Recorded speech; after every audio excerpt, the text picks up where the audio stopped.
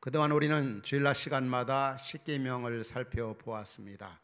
십계명을 우리가 말씀을 들어가면서 크게 십계명이 보여주는 그 교훈이 어떤 것들이었습니까?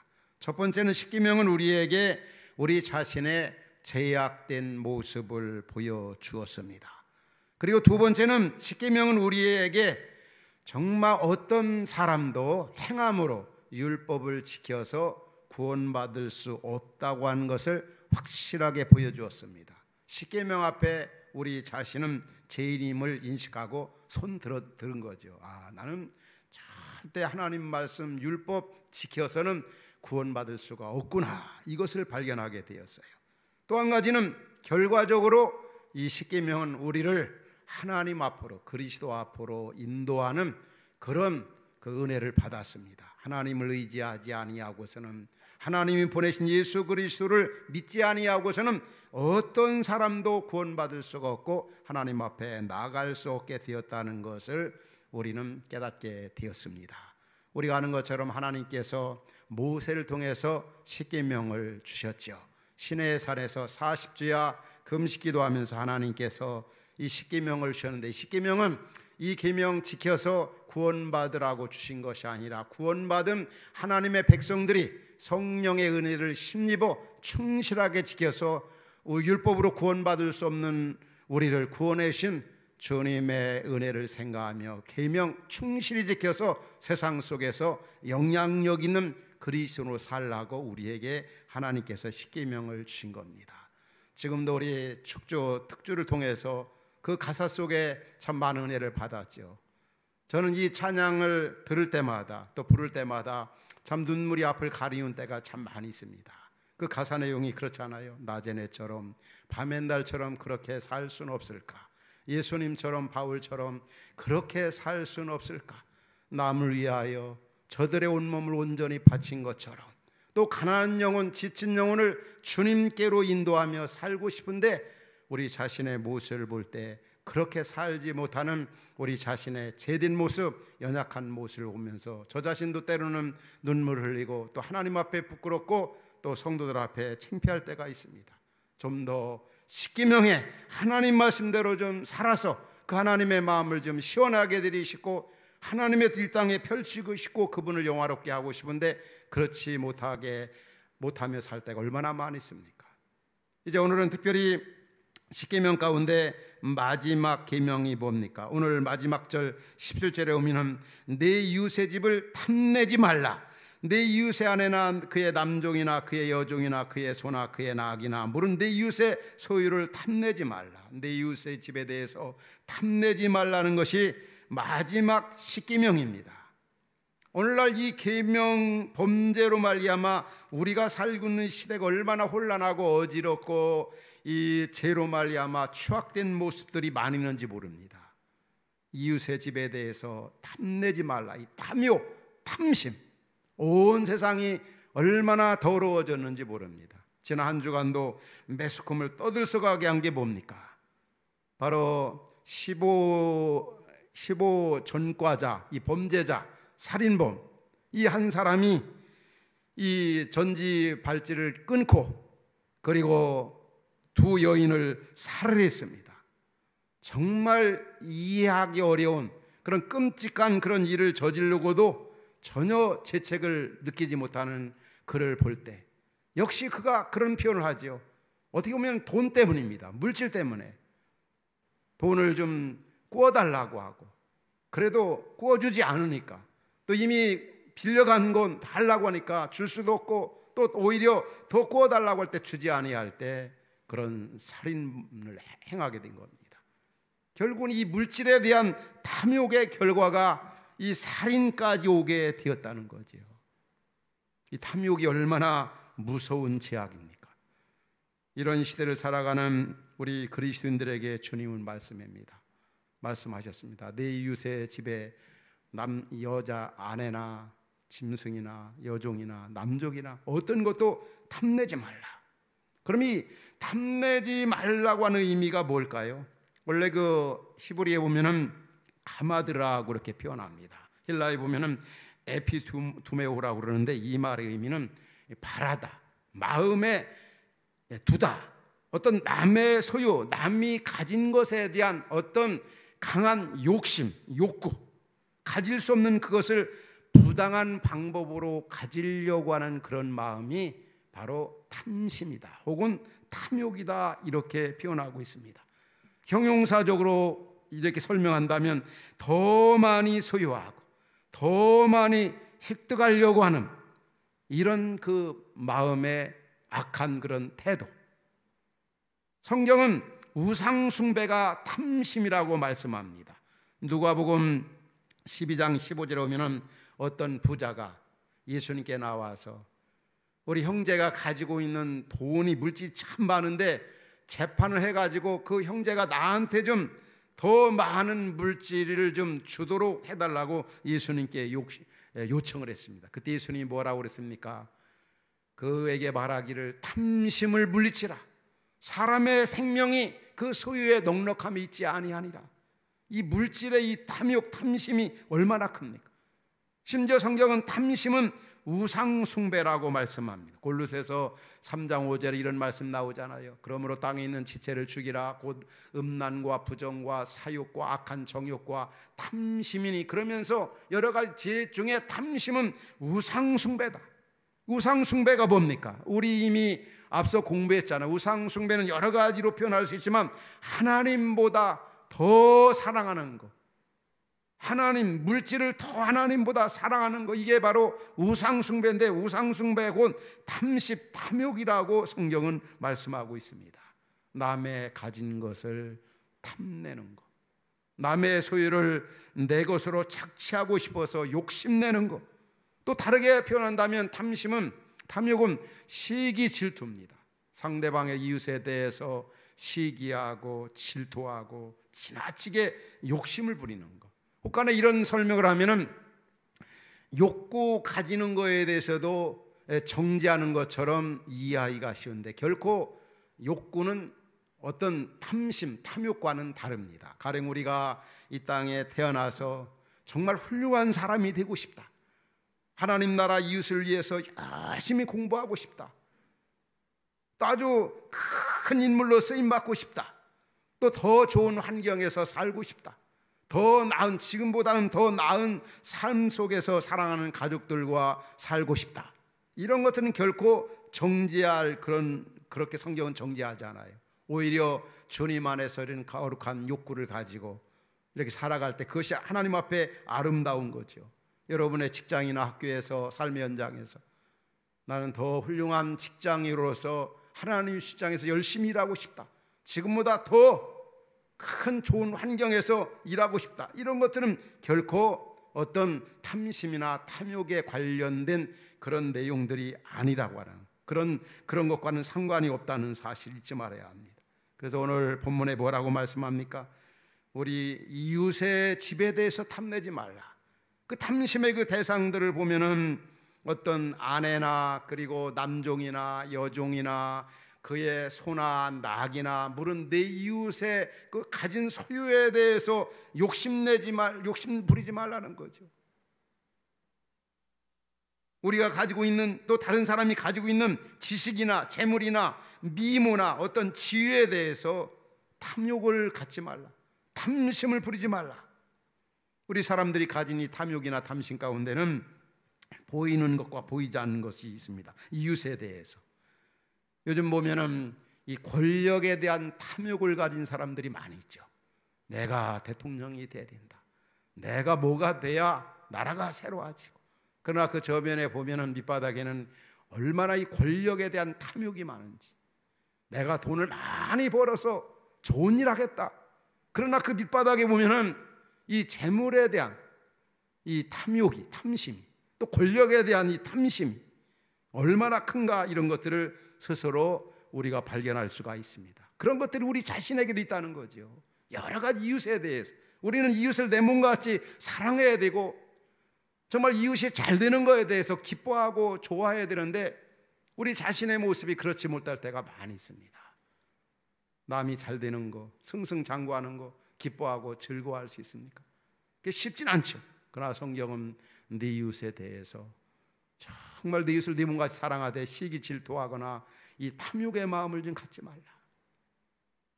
성경에 보면은 탐심, 탐욕을 가졌던 사람들이 이렇게 비참한 그 결과를 가져오는 것들을 많이 보게 되죠. 어떤 면에 보면은 이 탐욕의 시작은 에덴 동산에서부터 시작이 된 것 같습니다. 아담과 하와가 하나님의 형상대로 지음받았잖아요. 에덴 동산에 살 때 하나님께서 뭐라고 그랬습니까? 선악을 알게 하는 나무의 실과를 너 먹지 말라. 너 먹는 날에는 반드시 죽는다. 멸망당한다. 너 불행해진다.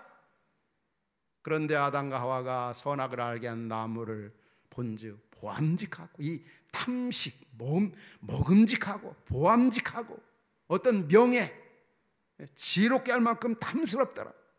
이런 탐욕, 탐심으로 말미암아 하나님이 금하신 선악을 알게 한 나무 실과를 따먹었습니다. 이때부터 이 탐욕, 탐심이 계속 인류 속에 들어와 계속 발전, 더 증대되어져 가는 그런 것들을 보게 되어집니다. 우리가 잘 아는 가장 이스라엘 민족 역사 가운데 어두웠던 시대, 아합 왕 시대입니다. 아합 왕이 그 이세벨 아내의 말을 듣고 유혹을 받아서 나봇의 포도원을 착취하죠. 그런데 원래 포도원을 팔라고 그랬습니다. 그런데 포도원은 이 나봇이 팔아서는 안 되는 땅입니다. 왜냐하면 조상들로부터 물려받은 아주 유서 깊은 그런 땅이거든요. 그런데 그 땅을 팔려고 다 팔지 않으니까 거짓말해가지고 결과적으로 나봇을 돌로 쳐 죽입니다. 이 아합은 어떤 일을 저지릅니까? 이 다른 사람의 땅, 이 부동산에 대해서 탐욕을 가졌어요. 그 결과로 이 십계명 가운데 사람에 대한 계명, 이미 우리 앞서 살펴본 대로 그가 살인하지 말라, 살인하게 되어집니다. 또 거짓 증거하지 말라, 거짓말하게 되어집니다. 도둑질하지 말라, 남의 땅을 착취합니다. 도둑질합니다. 탐내지 말라, 재물을 탐하게 됩니다. 6계명, 8계명, 9계명, 10계명을 다 범하게 되는 겁니다. 따라서 이 이웃사랑에 대한 계명 가운데 이 5가지, 6가지는 서로 따로따로가 아닙니다. 우리가 이웃에 대해서 탐욕을 갖게 되고 탐심을 품게 되어지면은 살인하지 말라, 간음하지 말라, 도둑질하지 말라, 또 거짓 증거하지 말라, 이 계명에 다 위배가 된다는 것, 서로 유기적 그런 관계 속에 연관이 된다는 걸 잊지 말아야 합니다. 따라서 이 탐심은 어디에서 나옵니까? 이웃사랑의 결핍에서, 이웃사랑하지 못할 때 우리 마음 가운데 탐심이 둥지를 틀게 된다는 것을 잊지 말아야 합니다. 신약 성경의 부자 청년도 예수님께 나와 질문 던졌습니다. 사람이 어떻게 하면 영생을 얻을 수 있습니까? 예수님께서는 그 부자의 마음을 알았어요. 너 진짜 영생 얻고 싶으면 너 있는 거 다 팔아 가난한 사람들에게 주라. 결국 이 부자는 너무 재물에 대한 탐욕이 많았어요. 이미 가진 것도 많은데 그거 포기 내려놓지를 못해가지고 근심하며 돌아갔다고 그랬습니다. 여러분, 이 탐욕의 죄가 얼마나 크다는 것, 이 탐심의 그 결과가 어떤 결과를 초래합니까? 무엇보다도 우리 사람의 마음 가운데 있는 기쁨이라든지 평안이라든지 즐거움이라든지 삶에 대한 어떤 행복을 송두리째 빼앗아 가는 것이 바로 이 탐욕이라는 것을 우리가 생각해야 합니다. 우리가 이 탐심, 탐욕의 마음을 가지면요, 사람 사는 게 기쁘질 않아요. 즐겁질 않아요. 평안하질 않아요. 또 이 탐심은 보면 관계를 파기시킵니다. 우리 사람이 관계적 존재 아니에요. 누가 표현한 것처럼 관계는 모든 것이고 다른 것들은 부수적이다 할 정도로 관계가 참 중요합니다. 우리 사람은 관계적 존재. 그런데 이 탐심, 이웃과의 관계 속에서 탐심, 탐욕을 가지고 있으면 관계가 파괴가 되는데, 우선적으로 하나님과의 관계가 파괴가 되어지고 이웃과의 관계가 파괴가 되어지고 더 나아가 나라의 공동체 파괴를 가져오는 것이 바로 이 탐심이라는 것, 탐욕이라고 하는 거 있잖아요. 요즘에 이 탐심, 탐욕 결과로 인해 권력의 탐욕, 물질에 대한 탐욕으로 인해 가지고 지도자들이 얼마나 창피당하고 부끄러움을 당하게 된 일이 얼마나 많이 있습니까?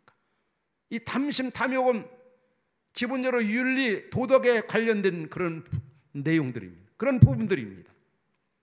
종교 지도자들이나 정치 지도자들에게 있어서 굉장히 중요한 게 뭡니까? 그 어떤 삶의 기반이 되고 기초가 되는 것이 바로 도덕성, 윤리성이거든요. 누구보다도 높아야 합니다. 근데 오늘 우리 사회를 보면은 그렇지 못합니다. 예레미야 시대에 하나님께서 예레미야를 통해서 정말 윤리 도덕이 완전히 땅에 떨어진 시대를 보면서 어떻게 탄식했습니까? 예레미야 5장 1절에 보면 이런 말씀이 나와요. 너희는 예루살렘 거리를 빨리 다니며 그 넓은 거리에서 찾아보고 알라. 너희가 만일 정의를 행하며 진리를 구하는 자를 한 사람이라도 찾으면 내가 이 예루살렘 성읍을 용서하리라. 이 한 사람, 정말 의식이 수준 높은 어떤 복음에 기초한 윤리성, 이 도덕성, 이 거룩성, 이게 얼마나 중요합니까? 이 사이를 가장 든든하게 세우고 기반이 되고 기초가 되는 것이 이 복음에 기초한 윤리성이 도덕성인데, 이게 무너져 버리면 그 사이, 그 나라가 오래 설 수가 없습니다. 윤리 도덕이 결여된 사람들이 하는 그 말이나 행동에 있어서는 영향력이 없지요. 말만 가지고. 그 성경은 우리 믿음의 식구들에게 뭐라고 말씀합니까? 하늘에 계신 아버지의 온전하신 것 같이 너희도 온전하라. 그리스도의 장성한 분량이 충만한 데까지 너희가 자라가라고, 성숙하라고. 오늘 우리 성도는 이 땅에 살면서 정말 윤리성이나 도덕성에서 높은 의식 수준을 가지고 살아가야 합니다. 누구보다도 구원받은 하나님 나라 백성으로, 바로 이 십계명 우리에게 그런 부분들을 교훈해 주고 있어요. 너희들 하나님과의 바른 관계, 하나님 사랑하고 이웃과의 바른 관계, 이웃을 사랑한다면, 이 십계명에, 십계명 하나님과의 관계, 이웃과의 관계를 말씀하잖아요.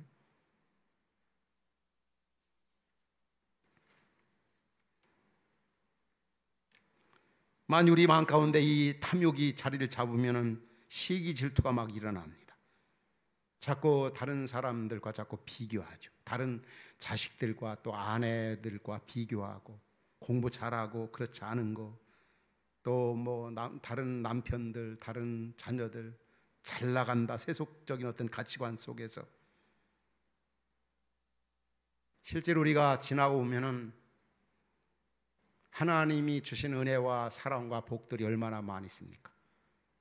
그러나 시기, 질투, 탐심이 마음을 잡으면 그 감사, 기쁨이 다 사라져 버립니다. 탐심의 중심은 이기주의입니다. 탐심은 불행한 삶의 기반이 됩니다.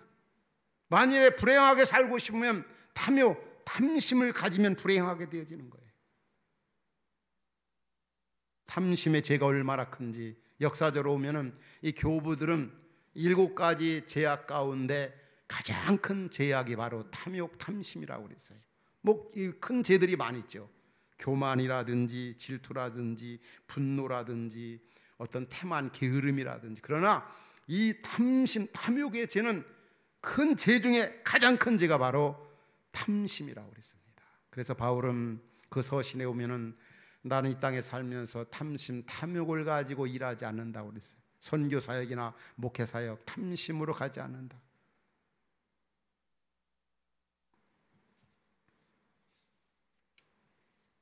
그럼 마지막으로 우리가 그러면 이 탐심에서 자유할 수 있는 길이 뭘까? 자, 우리 한 번밖에 없는 우리 인생인데 자꾸 이웃에 대해서 시기하고 질투하고 욕심내고 이러면서 살아야 되는가? 아니지 않습니까? 정말 우리는 이 탐심, 탐욕에서 벗어나 자유롭게, 의미있게, 보람있게 살아야 되는데 어떻게 그런 부분에 자유할 수가 있을까? 우리 때가 되면 이 땅을 떠나가는 그런 나그네들인데, 우리가 이 세상을 떠났을 때, 떠나갔을 때 우리 성도들의 뒷모습이 아름다워야 되지 않겠어요?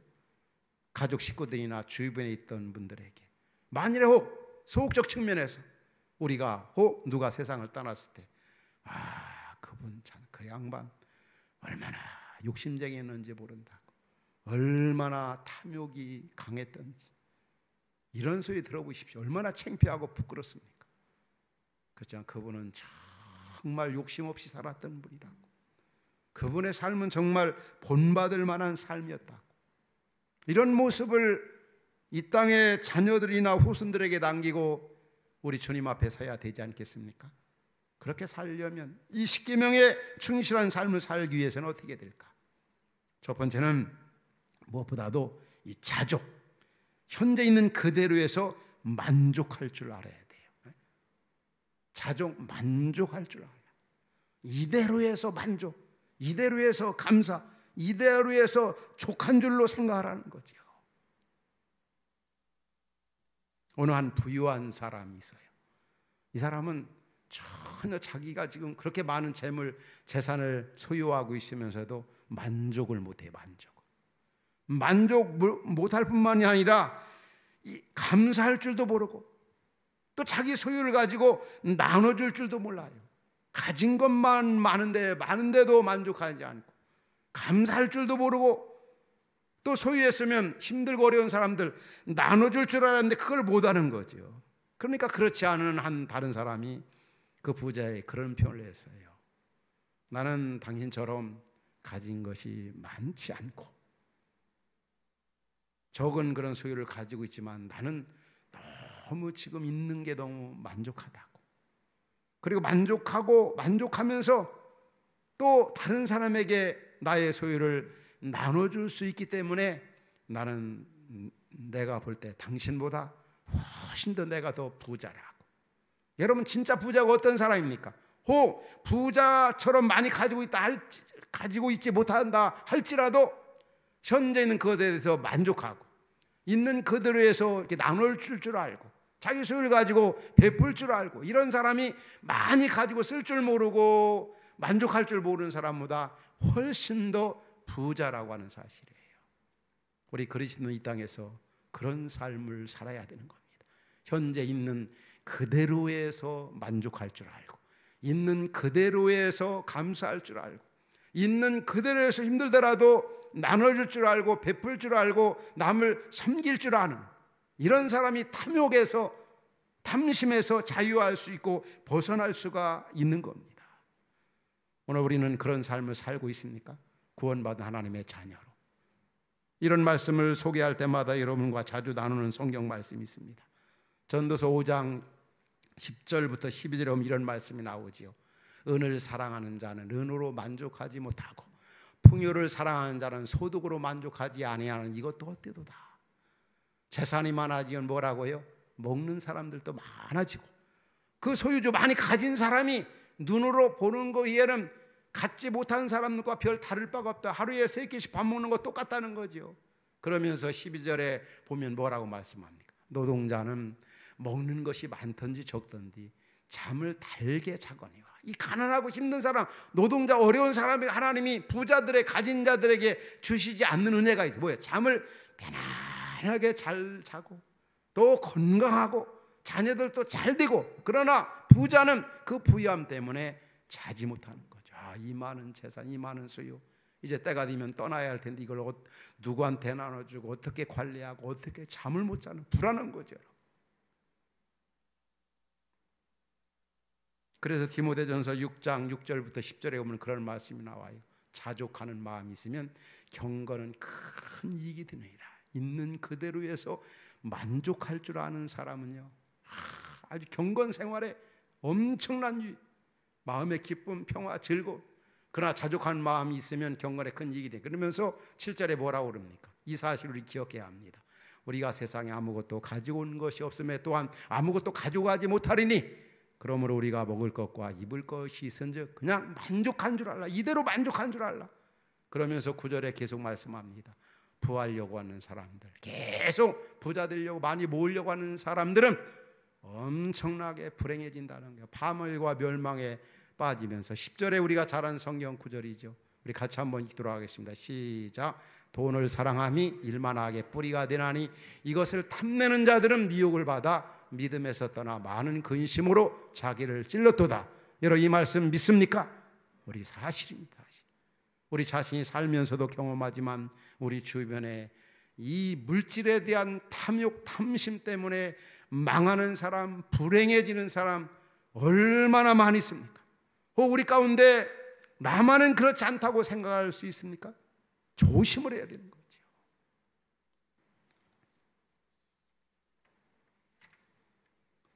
그래서 우리가 탐심에서 극복하는 길은 현재 가지고 있는 것에 대해서 그냥 그대로 만족할 수 있어야 돼요.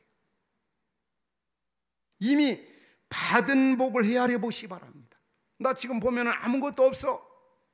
그거 계산하면 안 돼요. 만일에 우리가 지금 있는 거 이것 얼마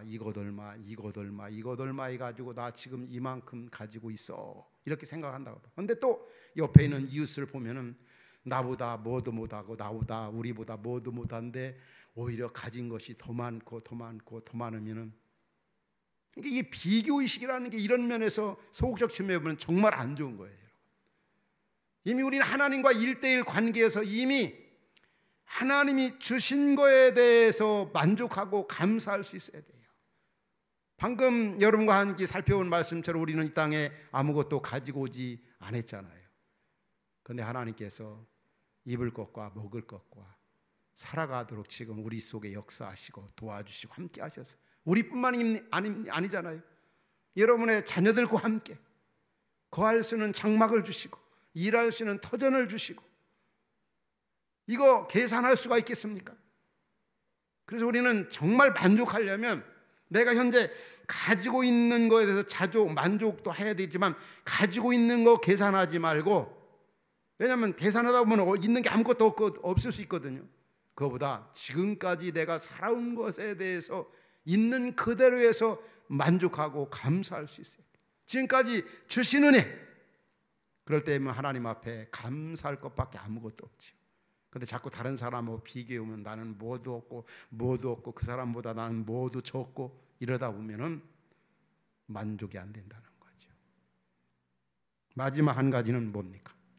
우리가 자족하고 만족하는 게 첫째고, 두 번째는 우리가 이웃에 탐심하지 않기 위해서는 무엇보다도 하늘의 소망을 두고 살아가는 거예요. 하늘의 소망. 따라합시다. 하늘 소망 두고 살자. 하늘 소망 두고 살아가는 거예요. 보이는 것이 전부인 양 살다 보면요, 우리가 이웃에 대해서 다른 사람과 비교해서 이 탐심을 물리치기가 쉽지 않아요. 그렇잖아요. 우리 시기 질투가 얼마나, 믿는 사람 없습니까? 믿는 우리들도 얼마나 우리 마음 가운데 도사리고 있는지 몰라요. 그런데 우리 식구들, 가정교회 식구들만큼은 이런 부분에서 자유함이 있습니다. 왜? 같은 식구의식, 가족의식. 그러나 그렇지 않으면 다른 형제들이나 다른 사람들이 잘 되는 것에 대해서 견디지 못해. 왜? 우리 마음 가운데 도사하고 있는 탐심 때문에. 그렇지만 우리는 하늘의 소망을 두고 살아간다. 그 언젠가 다 내려놓고 주님 앞에 설 날이 있다. 성경은 우리에게 뭐라고 말씀합니까? 그리스도 예수 안에서 구원받은 하나님의 백성들에게 골로새서 3장 1절 2절은 그렇게 말씀하죠. 그러므로 너희가 그리스도와 함께 살리심을 받았으면 위의 것 하늘의 것을 생각하고 그것을 찾으라. 거기에 마음을 집중하라. 거기는 그리스도께서 하나님 우편에 앉아 계시니라. 그 영광스러운 아름다운 곳에서 우리를 위해 십자가에 고난받고 죽으시고 부활하시고 승천하신 주님께서 우리를 기다리고 계시다는 거예요. 그것을 생각하고, 지금 보이지 않지만 보이지 않는 것, 그걸 바라보며 살라는 거죠. 위의 것을 생각하고 땅에 집착하지 말라. 여기에 연관되는 성경 말씀 있지 않습니까? 고린도후서 4장 16절부터 18절 보면 그런 말씀이라. 그럼 우리가 낙심하지 않으니 우리의 겉사람 나이가 들고 시간이 가면 우리의 겉사람 우리 육신은 쇠약해집니다. 그러나 우리의 속은 날로 새롭도다. 계속 17절 보면은 우리가 이 땅에서 많은 환난을 당해요. 그러나 환난 앞으로 다가올 영광과 비교가 안 된다. 그러면서 18절은 우리 믿음의 식구들이 바라보는 것은 보이는 것이 아니요 보이지 않는 것이다. 보이는 것은 잠깐이다. 보이지 않는 것이 영원합니다. 우리는 하늘의 가치를 두고 하늘 소망을 두고 살아갈 때 우리가 이 땅에서 탐심에서 자유할 수가 있어요. 세상에 있는 것들을 사랑하지 말라. 세상에 있는 것들을 도피하라는 말이 아니라 거기에 너무 집착하지 말라. 그게 전부인 것처럼 살지 말라는 거죠. 그 언젠가 우리는 다 정리해놓고 떠나야 할 나그네입니다. 어제 저녁에 그 CBS에서 이제 호스피스 사역에 평생을 바친 어느 한 목사님이 이렇게 출연하셨더라고요. 근데 그분이 이렇게 대담하는 가운데 그분은 항상 이 호주머니에 유언장을 넣고 이제 살아가신다는 거예요. 그 유언장에는 어떤 내용들이 적혀 있느냐? 그럴 때는 이제 소유에 대한 그런 정리한 그런 유언, 또 관계에 대한 그런 정리한 그런 유언, 전 굉장히 필요한 것 같아요. 내가 세상을 떠나면 내가 해왔던 사역들, 또 내가 가지고 있던 어떤 소유들, 또 나와 이렇게 관계했던 그런 것들에 대한 아쉬움, 그런 것들에 대한 유언. 왜냐하면 언제 어디서 어떻게 우리가 최후를 맞이할지 모르거든요. 우리가 젊다고 보장할 수 없습니다. 항상 최후를 생각하고 마지막을 생각하고 궁극적으로는 하늘의 소망을 두고 이 땅에 살아갈 때 이웃에 대해서 탐심의 마음을 갖지 아니하고 탐욕에서 자유할 수 있다고 하는 사실입니다. 결론적으로 말씀을 드리고 싶습니다. 우리가 그동안의 십계명을 살펴보았습니다. 십계명의 요약이 뭡니까? 하나님 사랑, 이웃 사랑입니다. 하나님 사랑, 이웃 사랑을 한 단어로 요약하면 뭡니까? 바로 사랑입니다. 그래서 우리가 잘 아는 로마서 13장 8절에 보면은 사랑의 비디에는 아무에게든지 아무 빚도 지지 말라고 그랬어요.